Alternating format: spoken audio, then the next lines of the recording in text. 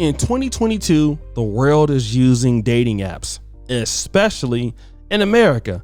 And brothers, it's not just us using the apps. Yeah, women are using them a lot more also. I mean, we even have a series here on this channel where women are like really pissed off in their profiles and upset that they keep getting the wrong kind of guys. But my mom used to have a saying, and she used to tell me, wherever you go, there you are. And a lot of people on this dating social media world don't understand that. Whatever you're attracting in the real world is pretty much what you're going to be attracting on the internet, because your preference is the same. If you're a guy that likes IG models with tattoos, you're probably going to come on Tinder or Hinge looking for the same thing. Unfortunately for this particular lady by the name of Nasty Natalia, but her TikTok is Simp For You though. One, she had a situation. She thought she was meeting the love of her life on Hinge. Give her a round of applause, Zima. But unfortunately, sad music. Well, the love match sort of went wrong. I know you want to hear how it happened, so let's let her talk about it right now. It's gonna be hard, but I was robbed by someone that I trusted, that I had met on Hinge, the dating app. We've only known each other for like 12 days. Yes, I know I'm an idiot for inviting some man that I didn't know to my house multiple times overall in the last a week and a half. I trusted him, although there were a lot of red flags. So many that I can't even count them. He was super lovey-dovey and kind and nice, the whole, yeah. And I was very trusting and too nice. And he stole from me.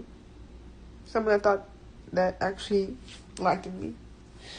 And we actually started, we're pretty much official 2 days ago. I'm assuming now we're not. I've called him.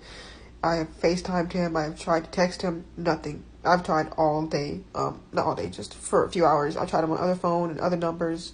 Nothing. I've even DM'd him on Instagram. Nothing. I'm going to show you a picture of him. He's in Dallas. So you guys know who he is. And ladies, beware. I think he does this. Maybe on regular. I'm not sure.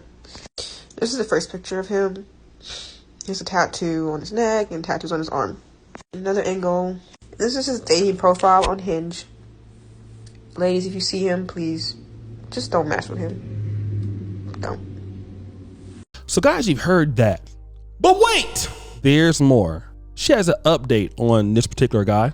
Let's find out what happened. All right, I'm making a second update of the guy that robbed me from Hinge because the girls that I mentioned didn't want to be in the video. But when I made that video, one girl had made a post and said, or made a comment saying that she knows him, that's her baby daddy. And I was like, he got a kid? Not only does he have one kid, he has two kids, and I did not know that, and it was on his profile, and he never mentioned it. We pretty much got into a little group chat on Instagram, and it went back and forth about what he's done. He's done a lot of robbing, and he doesn't work, he doesn't like working, he doesn't believe in working, he just likes to flex, flaunt, with fake money, real money, whatever is stolen. And yes, I know, the way he looks like a scammer, a drug dealer, I know, but attraction is attraction, and I fell for that. So we pretty much went back and forth about what he's done. He's known to be manipulative, abusive. He actually slammed my door one time and started yelling at me and screaming at me to not break up with him. He's not a safe person. He's not a good person to hang out with. And I have a really big heart, and I'm a very trusting person, very, very trusting. And I know I need to work on that. I will no longer be trusting anyone now. I think I mentioned before, he took $10,000. So yeah. And he told one of the girls that he has a kid with that he wants to take her shopping with the money that he stole from me.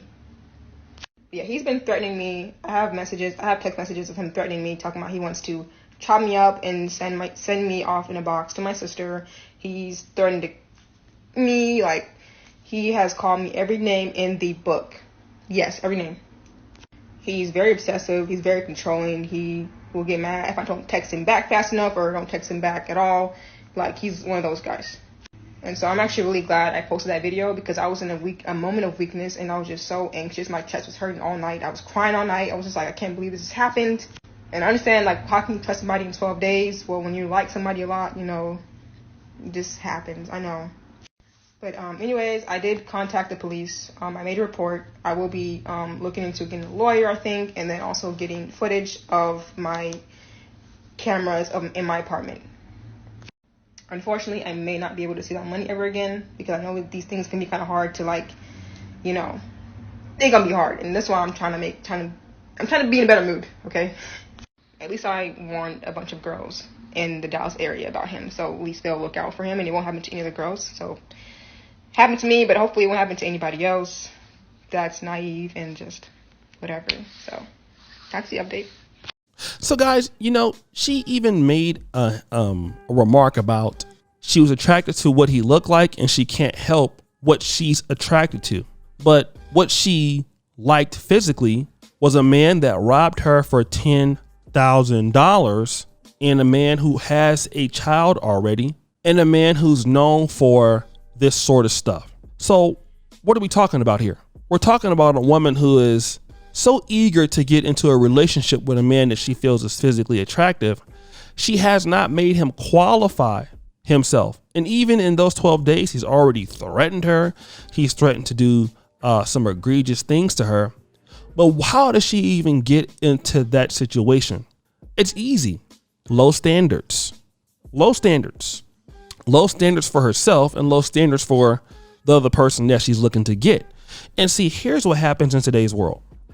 We're no longer looking for people that are quality. And that used to be the case. I think I did a video on that. One of these guys was mentioning that on a video podcast. He said, you know, back in the 90s and 2000s, when you would meet a man or a woman, you may not be so blown away by their looks, but there are other things as you would come to know them, their personality, their ability to be smart, creative, good integrity, caring.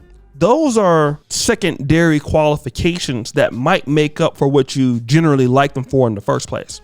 But in today's dating world, where looks reign supreme in height, in bra size, and behind size, we're not really looking at these things. We're only going on face value. And the problem with dating apps is that they can't really qualify a person's intentions or personality. And of course, if you're a person that's looking for just looks, you get exactly what she got. A man who doesn't want to work, who stole $10,000 from her.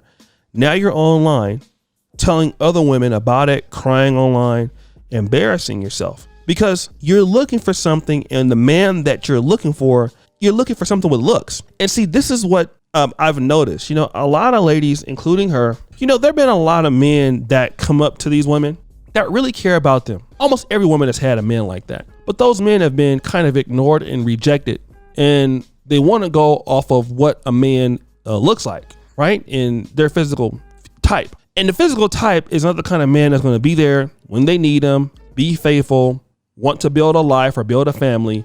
That's not what that guy does, right? Because that man is not going to be there.